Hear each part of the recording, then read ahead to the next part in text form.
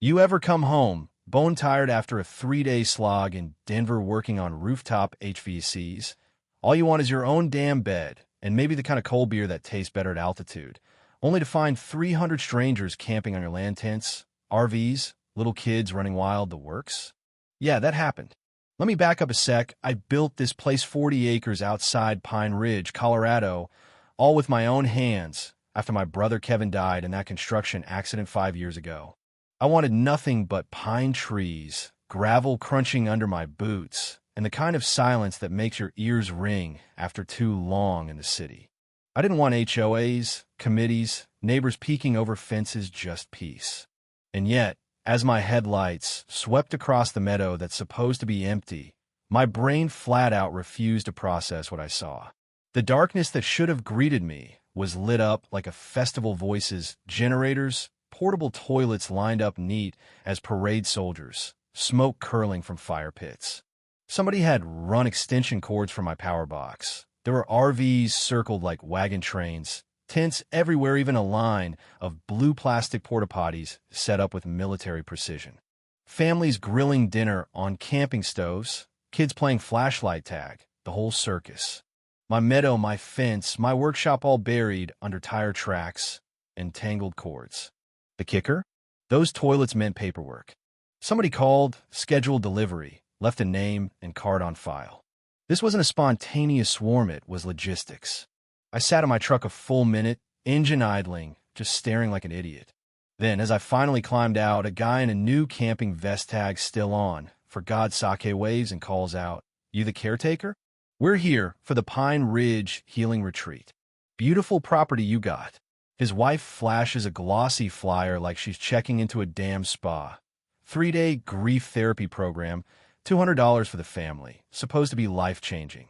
I take the flyer, hands shaking. Not from the cold in, it's got photos of my cabin, a schedule down to the minute, even a fake county mental health logo. There's a QR code, a website, and a phone number. Professional, slick, and utterly bogus. Now, let me tell you, Yumi Land has never been part of any community wellness initiative. I never signed a thing, never even heard of this group. And yet, as I scanned the crowd, it was clear these folks weren't squatters. These were real families. I saw grief written on faces, people clinging to hope that something here might fix what they lost. That made it worse somehow. Then she appeared, Amanda Stone, clipboard in hand, fleece jacket, that managerial smile that's halfway between "I've got this under control" and "I'm about to sell you a timeshare." She knew my name. Not just sir, or hey you mister. Rogers. Says she's with Healing Horizons Outreach. Claims I got all the documentation by email months ago. Tells me maybe I should check my spam folder. Her tone? Like I'm the one out of line. I check my phone. Sure enough, 6 months back, buried in junk, there's an email from Healing Horizons Outreach at gmail.com sent at 2:17 a.m. to my most private address, the one only family uses. Now, how the hell did these people get that? That was my first clue this went deeper than paperwork. By dawn, things had escalated. More people arriving. A small stage, a coffee station, banners, registration tables, you name it. Then a white Mercedes SUV rolls up, spotless. Out steps the queen, B-mid-40s, designer yoga pants. Hair salon perfect, surveying my land like she just closed escrow on it. This was Shirley Allen, and from the second she stepped on my porch, I knew I was in for a fight. She greeted me like I'm the guest, thanks me for opening my beautiful property to her healing community. Never mind, I never agreed to squat. I tell her point blank, I want everyone gone. But she goes full therapist voice calm, empathy on tap, starts talking about unresolved trauma and how grief makes us push away help. Then she drops the bomb: her son Danny died in the same construction accident as my brother Kevin. Details only someone close would know. And here's the twist. As she tells it, both boys died because someone cut safety corners. Suddenly, the guilt I've carried for 5 years replaying the day Kevin died, wondering if I missed some thingies right out there for everyone to see. But as Shirley speaks, I realize she's using it as leverage. She's weaponized my grief.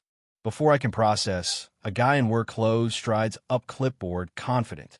Pine Ridge Development wants final survey numbers by Monday. I catch bits property tax reassessment, development potential. This isn't about healing. It's about money. My land is the prize.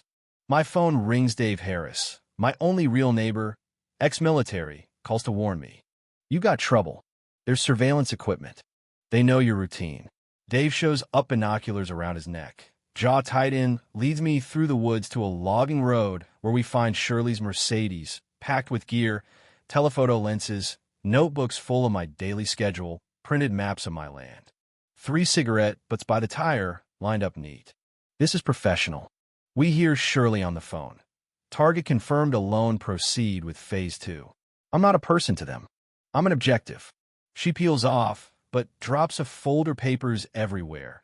Property tax records, photos of my cabin, construction permits, even photos from Kevin's funeral with notes about emotional triggers. Somebody inside the system fed her all this. This was planned for months. We hike back, and now the full-scale hits. Meserve stakes crisscross my property, fresh tire tracks where they don't belong. The fake retreat? Just cover for a criminal operation. Then comes the text, stop digging or families get hurt. You know what happened to Kevin S. The threat is clear and cold. By now, I'm done being polite. I confront Shirley publicly, in front of everyone. You've been stalking me. You lied about your son. This whole thing is a scam. She doesn't deny it, just shrugs. Danny Allen? Invented. I studied your brother's death to reach your guilt. She says it's so flat, so businesslike. It chills me more than if she'd screamed. The rest of the crowd hears every word. I shout to the campers, you're being scammed. Google Healing Horizons outreach, see if it's real. Phones come out. Faces change as they find nothing but a shell website. No license, no records. Shirley spins her story. Online trolls, fake news. Don't let conspiracy theories hurt your healing journey. But the families are splitting, some packing up, others rallying to her defense. Then Rodriguez arrives, fake security uniform, brand new, badge catching the light like a party favor. He tells me to stop disrupting an authorized county program. Dave's already on it, calls the real sheriff, fires up a live stream to his phishing followers who start fact-checking and blowing up the comments. No business license, bankruptcy filings, stock photos on the website. The internet becomes our army. When Rodriguez tries to grab Dave's phone, the crowd catches it live. His fake badge flies off, chat explodes, and 1,000 viewers turn into 2,000. Shirley tries one last play, claims I'm unstable, triggered by guilt, sabotaging the healing process. But now nobody's buying it. People are documenting, calling banks, demanding refunds. Just then, sirens cut through the mountain air. The real sheriff rolls up, exudes that calm, adult presence you can't fake. Sheriff Walsh confirms my deed, checks the survey stakes, announces to everyone, this is unquestionably Mr. Rogers' land. These documents are forgeries. Everyone needs to leave now. When Shirley tries to show a property tax lien and claim foreclosure, Walsh finds the docs are filed in the county database correct format, legit timestamps. But he spots the catch: someone inside the county system helped create them. Real corruption.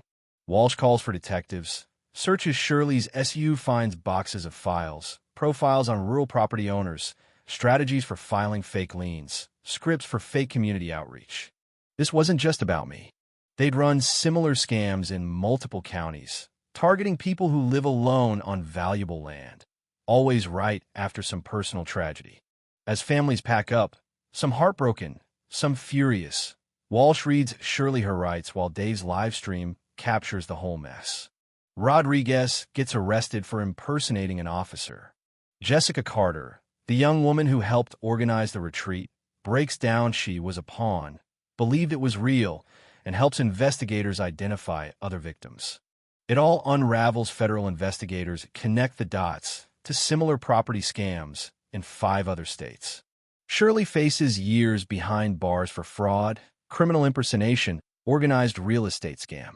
Her operation was slick, diabolical, but in the end, good old-fashioned community, real neighbors, and a live stream full of angry internet detectives took her down. I got my land back every inch. I used the settlement money to start a scholarship in Kevin's name for construction safety. Dave's fishing channel morphed into a rural security network, and families got their money back. The county audited every property record. My story hit the news, and suddenly I was fielding interviews from people who'd thought rural life meant safety from scams. But here's the thing, silence is nice, sure, but when trouble finds you, it's neighbors who'll save your hide. I learned that sometimes you gotta fight back, even if you'd rather be left alone. The worst week of my life turned into something more, a reminder that the truth comes out when you shine enough light on the darkness. Ever had someone forge documents, impersonate authority, or try to steal your home? Drop a comment, tell your story. Maybe you'll help someone spot the red flags before it's too late. Like, share, and subscribe if you believe standing up for yourself and your community is how justice really gets done out here. Because, yeah, sometimes mountain silence isn't quiet, it's the sound of everyone finally paying attention.